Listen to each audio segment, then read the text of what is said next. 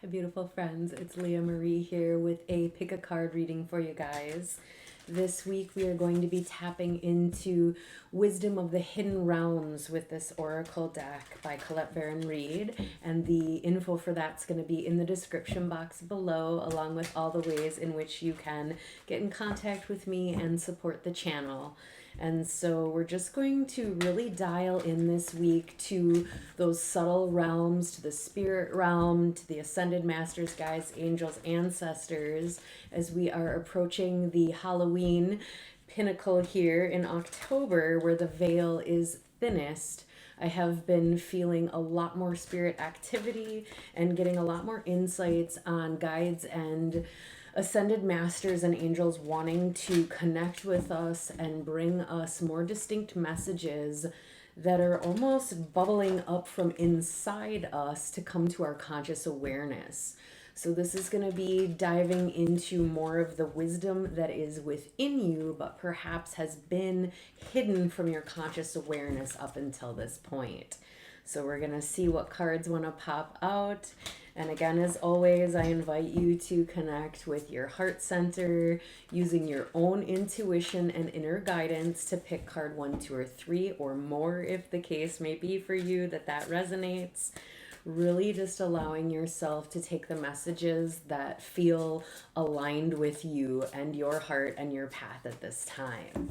So I'm hoping everyone is doing well and really finding ways to actually activate and access more of their inner wisdom, and kind of looking at how you can bring that into the physical reality in bigger and bolder ways at this time. So I'm going to get that last card right there. So I'm going to have all the timestamps in the description box below for you guys. You can go ahead when you're ready and pick card 1, 2, or 3, and we'll start over here with card 1 for today. So card 1 is the Camel Boy, small steps asking for help. And we're getting the number 33, which is an ascended master number coming through right away. So again, more messages, more reiterations of that presence of our guides and the ascended masters wanting to work with us. Now, I will say with this, I'm going to give a couple different meanings that I'm hearing coming through right away. So with this, small steps. So for those of you that picked this card, it feels like it's not necessarily about you diving all the way into something new or into wisdom that's wanting to awaken within you, but it's about looking at what step can you take today and tomorrow and the next day to move you into your own wisdom on a deeper and deeper level. So this is about taking baby steps and perhaps asking for help from a teacher or a guide who is here to help others sort of awaken to or more fully step into their gifts. So perhaps you have a little bit of an idea of what you're here to do, or you might not be certain and you might need help getting more clarity. And so this is more of a sign to me that those that picked this might need a little bit more support with that, whether it's refining or accessing in general. So do seek out a trusted advisor. If you resonate with me, I do offer those services, the spiritual coaching and energy work and healing to help people access their gifts more fully. So you can reach out to me or someone else that you trust, or you can actually sit and meditate with your guides. And as the number suggests, ascended masters, asking, meditating with the ascended masters that resonate with you, or perhaps opening that doorway to work with the ascended masters. So that may also be part of your wisdom, particularly, is to call out for help from the ascended masters. So the Camel Boy here is playing a flute, which to me is like calling your song out. So you might, if you picked this, have a resonance with music. You may be a musician. Music might play a big role in your life. It may have something to do with either activating your gifts, or your gifts may be put forward into the universe through music. So that might be for some of you. Again, as I always say, take what resonates, leave what doesn't, okay?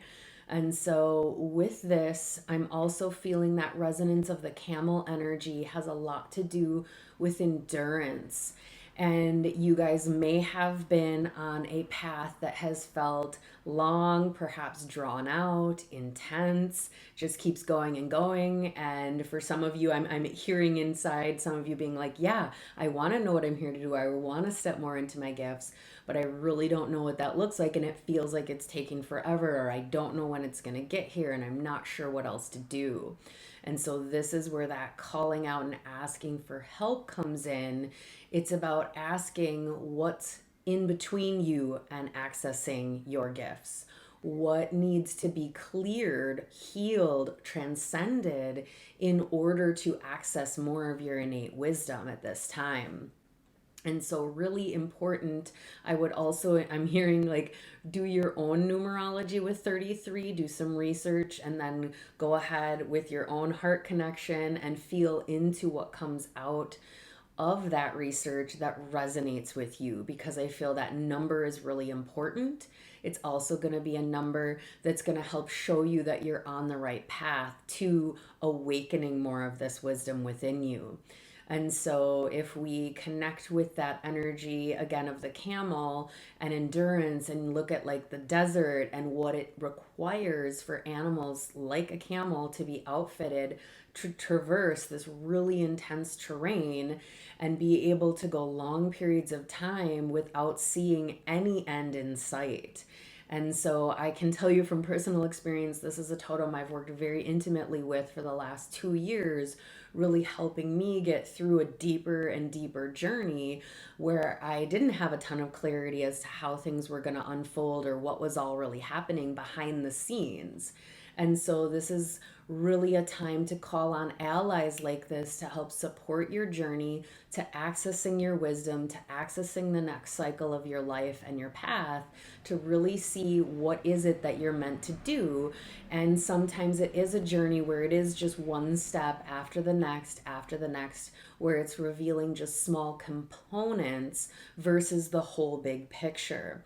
So I encourage you to celebrate the small steps, to take it one day at a time, even if it needs to be more broken down in like 1 hour at a time, one moment at a time, one breath at a time, to get you to a space where you are really aligned with endurance and being able to essentially have it take as long as it needs to take for you to get to the place where more and more and more gets revealed and things start to make more sense to you, and you start to get more pieces of your particular puzzle that will then help you see how you want to articulate that in the physical reality. So, really encouraging you guys to be with each moment, to sing your song, to actually, I'm also hearing like look for messages and wisdom in music. Like the guides, ascended masters will often bring songs onto our path that are specifically designed to help guide us or to help empower us or even help awaken feelings within us that give us insights and awarenesses as to what is waking up inside of us and wanting to be expressed at this time. So thank you so much for choosing card 1. I'm excited for your expansion and new awarenesses, and sending you a lot of love and light for an amazing week. Take care. So moving over to pile 2 here, we have the Dragon's Duel, Inner Conflict, Morality, and Conscious Choice, with number 23. So the wisdom that's happening within you feels like it has to do, it's almost, actually I'm getting more of this, so we're talking that inner conflict. So it feels like there is wisdom that's wanting to wake up within you, and it's feeling very linked to the medicine of the dragon. So very mythical, very magical in nature, very highly intuitive, very aligned with wizards, witches, warlocks, that kind of magic energy. And so many of you may consider yourself to be one of those types of individuals, or feel very aligned with having lived lives where you practice magical arts. Now, there's coming in this space I'm feeling where this duality of energy of feeling that magic wanting to awaken and rise within you, and yet at the same time living here on this physical world in which some of you may be working normal, like quote unquote normal 9 to 5 jobs that you may or may not be super passionate about. And so this is really a sign to me that you are entering a stage where it's the wisdom and the magic within you is wanting to rise and wanting to be more articulated in the physical reality. So, with this, you may find yourself sort of doing this dance between two different worlds. And Spirit is really wanting you to know that it is time for you to decide more clearly, making conscious choices about how you want to move forward. So for you, I feel you have more awareness of this wisdom that is rising in you, and now it's becoming more of a conscious choice as to how you want to live your life from this day forward. How do you want to bring your magic and your gifts perhaps into your daily life, even if you are working a job that's not necessarily utilizing those gifts more directly? There's still ways that you can utilize your magic and gifts within any setting. And so this is what the guides are coming through to say, is that it's about you finding ways to utilize your gifts in all situations, to transcend this concept of duality and come to a place of you being a magical divine being. Therefore, just your presence itself has this capacity to bring all of this magic and mystery into every setting. Now, this is super valuable because there's a lot of people who are starting to sort of wake up to this idea inside, like, maybe there is more to life. Maybe there's more than what I thought there was. And so the more of us that are in these standard, like, and I say standard environments, I'm thinking 9 to 5 jobs, which many people I know are still working with people that maybe are not as conscious or not as open to the spiritual world or not as aware of the spiritual world, not because they don't believe in it, but rather because they just either haven't been exposed or they don't understand, or it just hasn't been time for them yet.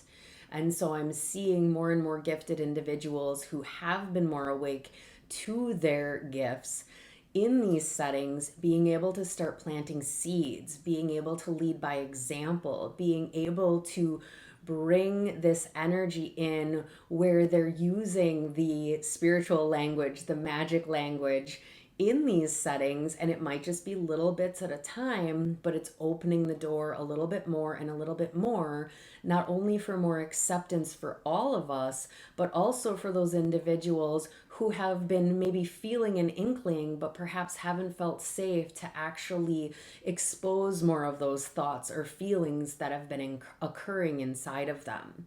So it feels like those of you who picked this, one of your gifts and wisdom is actually being able to hold space and allow others to start waking up to their gifts, to start waking up to more of the magic and mystery that is flowing through every environment, every interaction, all the time. So there's nowhere that it is void of these things unless we're not consciously acknowledging it.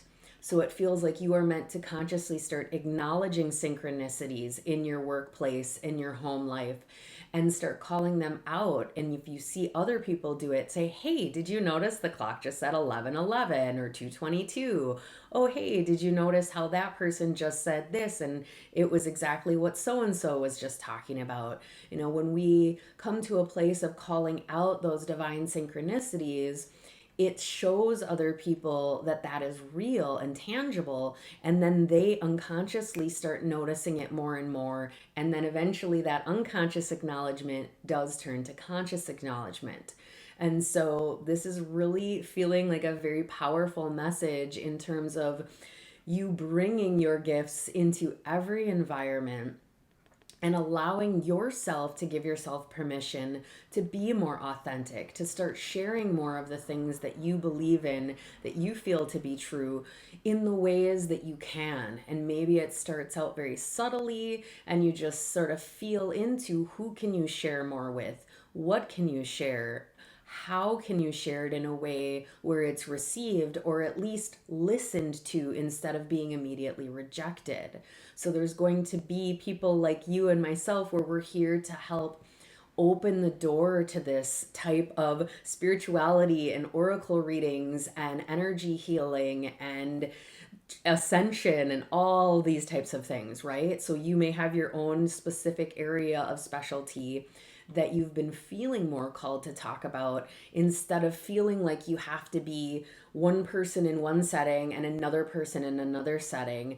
This is the call at this time to start being more of yourself all the time so that you can dissolve any aspects of duality that you have been embodying and start to become more united within yourself and your expression of your gifts and your purpose.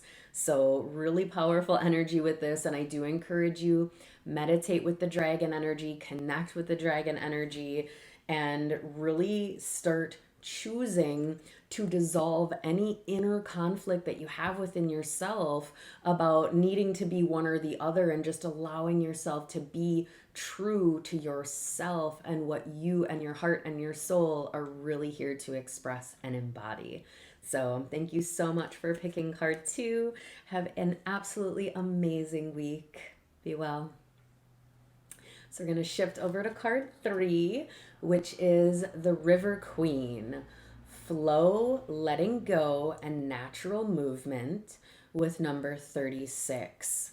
So the River Queen, as I'll show you here, is very mermaidy energy, and so really powerful. And I know this, like the card, it's all sort of very close colors, so hopefully you guys can see that okay. But the energy of her, she's just very much one with the water.